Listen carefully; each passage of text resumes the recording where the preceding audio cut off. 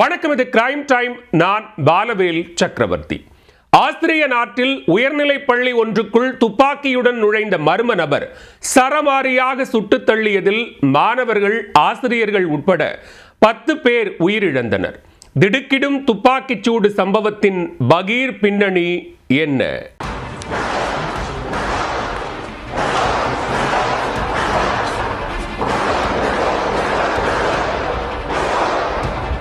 உலகின் அமைதியான நாடுகளின் பட்டியலில் முதல் 10 இடத்தில் இடம் பிடித்துவிடும் ஆஸ்திரியாவில்தான் இந்த கொடூர தாக்குதல் சம்பவம் அரங்கேறி உள்ளது.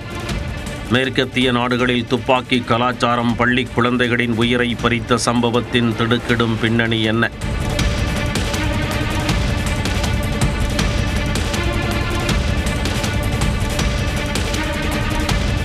உலகின் அமைதியான மற்றும் அழகான நாடுகள் என ஒவ்வொரு ஆண்டும் பட்டியல் வெளியிடப்படுவது வழக்கம்.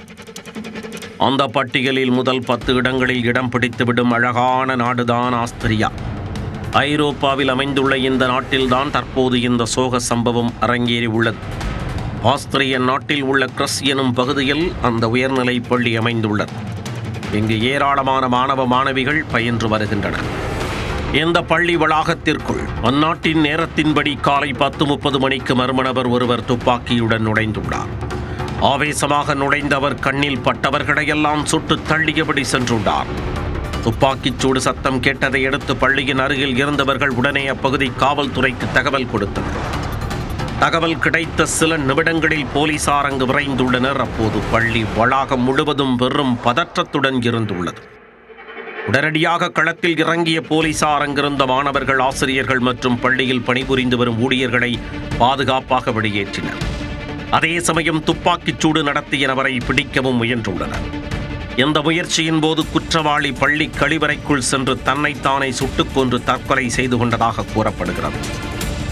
விசாரணையில் அந்த ஒரு நபர் மட்டுமே இந்த துப்பாக்கிச் சூட்டில் ஈடுபட்டது தெரிய வந்தது.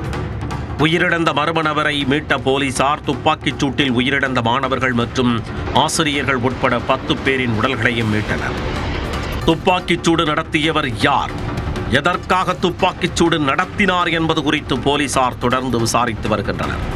பெரும்பாலான மத்திய ஐரோப்பிய நாடுகளைப் போலவே ஆஸ்திரியாவில் துப்பாக்கி வன்முறை அரிதாகவே அரங்கேறி வருகிறது. கடந்த 2001ஆம் ஆண்டில் துப்பாக்கிச்சூடு சம்பவங்களின் விகிதம் 1,00,001 இருந்தது. இது அமெரிக்காவில் 1,00,004.5 உள்ளது. அதே நேரம் ஆஸ்திரியாவில் துப்பாக்கி உரிமம் பெற்றவர்களின் எண்ணிக்கை பெரும்பாலும் ஐரோப்பிய நாடுகளை விட அதிகமாக உள்ளது. சுவிட்சர்லாந்தை தளமாக கொண்ட ஒரு ஆராய்ச்சி நிறுவனம் மேற்கொண்ட கணக்கெடுப்பில் 100 குடிமக்களில் 30 பேர் சொந்தமாக துப்பாக்கிகள் வைத்திருப்பது தெரிய வந்துள்ளது. கடந்த அக்டோபரில் வடக்கு ஆஸ்திரிய நகரத்தின் மேயர் சுட்டுக் கொல்லப்பட்டார். அதன்பின் தற்பொழுது பள்ளிக்குள் மாணவர்கள் மீது அரங்கேறி இருக்கும் துப்பாக்கிச்சூடு நாட்டையே உலுக்கியுள்ளது.